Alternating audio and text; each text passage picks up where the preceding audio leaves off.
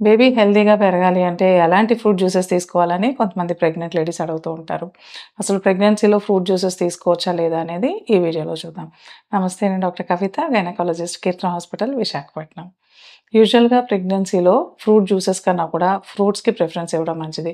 ఎందుకంటే ఫ్రూట్స్ తీసుకున్నప్పుడు ఫ్రూట్స్‌లో ఉండే ఫైబర్ కంటెంట్ వల్ల మీకు కనుక కాన్‌స్టిపేషన్ లాంటి ప్రాబ్లమ్ ఏమన్నా ఉంటే ఆ ప్రాబ్లమ్ నుండి రిలీవ్ అవ్వడానికి అవకాశం ఉంటుంది. అలాగే ఫ్రూట్స్‌లో ఫైబర్ ఉండడం వల్ల ఈ ఫ్రూట్స్‌లో ఉండే గ్లూకోజ్ అనేది స్లోగా బ్లడ్‌లోకి రిలీజ్ అవుతూ ఉంటుంది. దానివల్ల సడెన్‌గా షుగర్ లెవెల్స్ పెరిగే అవకాశం తక్కువగా ఉంటుంది కాబట్టి మీకు ప్రెగ్నెన్సీలో డయాబెటిస్ వచ్చే రిస్క్ అనేది కూడా తగ్గుతుంది. అదే గనక మీరు ఫ్రూట్ జ్యూసెస్ గనక తీసుకున్నట్లయితే వీటిలో ఫైబర్ కంటెంట్ అనేది లేకపోవటం వల్ల సడెన్‌గా బ్లడ్‌లో గ్లూకోజ్ లెవెల్స్ అనేవి పెరిగే ప్రమాదం ఉంటుంది. అందువల్ల ప్రెగ్నెన్సీలో డయాబెటిస్ వచ్చే రిస్క్ అనేది పెరుగుతూ ఉంటుంది. And at the same time sugar levels కనుక సడెన్‌గా పెరుగుతూ ఉంటే మీరు వెయిట్ గెయిన్ అయ్యే ప్రమాదం కూడా ఉంటుంది.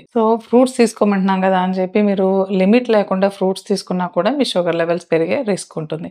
అందువల్ల మీరు మోడరేట్‌గా అంటే ఒక మోతాదు మించి మీరు ఫ్రూట్స్‌ని ఎక్కువగా డైట్‌లో తీసుకోకూడదు. యావరేజ్‌గా మీరు ఏ ఫ్రూట్ అయినా కూడా 150-200 గ్రామ్స్ వరకు మీ డైట్‌లో ఇంక్లూడ్ చేసుకోవచ్చు. కొన్ని ప్రత్యేక సందర్భాల్లో అంటే ప్రెగ్నెన్సీలో గనక వామిటింగ్స్ లాంటివి ఏమన్నా ఉంటే డీహైడ్రేట్ అవ్వకుండా ఉండడానికి, అలాగే మీ గ్లూకోజ్ లెవెల్స్ డౌన్ అవ్వకుండా ఉండడానికి జ్యూసెస్ తీసుకోమని మేమే సజెస్ట్ చేస్తూ ఉంటాం. అలాంటి సందర్భాల్లో మినహా మిగిలిన అన్ని సిట్యుయేషన్స్‌లో కూడా మీరు ఫ్రూట్స్‌కే ఫస్ట్ ప్రిఫరెన్స్ ఇవ్వండి.